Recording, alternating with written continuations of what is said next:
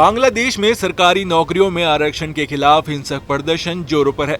बांग्लादेश में कई हफ्तों से जारी विरोध प्रदर्शनों के हिंसक रूप लेने के बाद सरकारी नौकरियों से जुड़ी कंट्रोवर्शियल कोटा सिस्टम को वापस लेने के फैसले से हालात शांत होने के बावजूद इंटरनेट और मोबाइल डेटा सेवाएं अभी भी ठप है। सरकार ने सार्वजनिक अवकाश भी घोषित किया है और केवल जरूरी सेवाएं चालू रहने का आदेश दिया है। देश में कुछ दिन पहले ही देखते ही गोली मारने के आदेश के साथ कर्फ्यू लगा दिया गया था और सेनाकर्मी राजधानी और अन्य क्षेत्रों में गश्त कर रहे थे।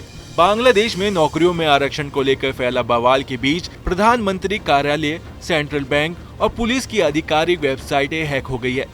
दी रेसिस्टेंस नाम एक समूह द्वारा साइट हैक करने का दावा किया जा रहा है। तीनों साइटों पर एक जैसा संदेश दिखा है जिसमें लिखा था operation Hunt down, stop killing students.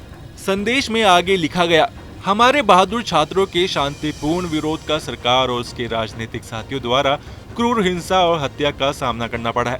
ये अब केवल विरोध नहीं बल्कि ये न्याय, स्वतंत्रता और हमारे भविष्य के लिए एक युद्ध है। बता दें कि बांग्लादेश छात्र सरकारी नौकरियों में आरक्षण को समाप्त करने की मांग कर रहे हैं। दरअसल यहाँ 56% सरकारी नौकरियां आरक्षित है, जिसमें 30% स्वतंत्रता सेनानियों के वंशजों के लिए है और 10% पिछड़े जिलों के लिए, 10% महिलाओं के लिए, 5% जातीय अल्पसंख्यक समूहों के लिए और 1% विकलांग लोगों के लिए है।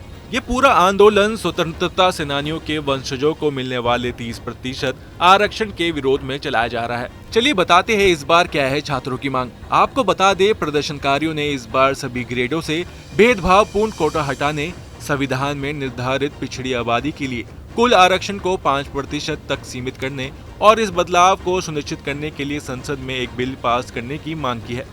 वास्तव में ये डिमांड स्वतंत्रता सेनानियों के परिवार वालों कोटे को हटाने के बराबर है, जबकि शारीरिक रूप से विकलांग और आदिवासी लोगों के लिए कोटा लाभ बरकरार रखा गया है।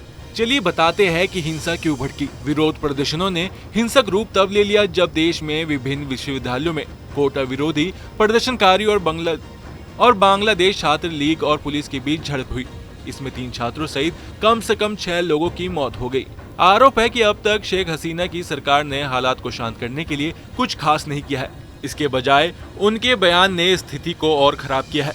पीएम शेख हसीना ने एक प्रेस कॉन्फ्रेंस में कहा, क्या स्वतंत्रता सेनानियों के बच्चे और पोते प्रतिभाशाली नहीं है? क्या केवल राजकारों के बच्चे और पोते ही प्रतिभाशाली है?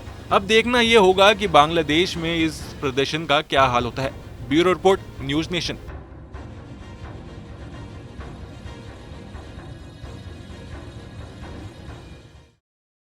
न्यूज नेशन अब व्हाट्सएप पर खबरों के ताजा अपडेट के लिए न्यूज नेशन के इस QR कोड को स्कैन करें।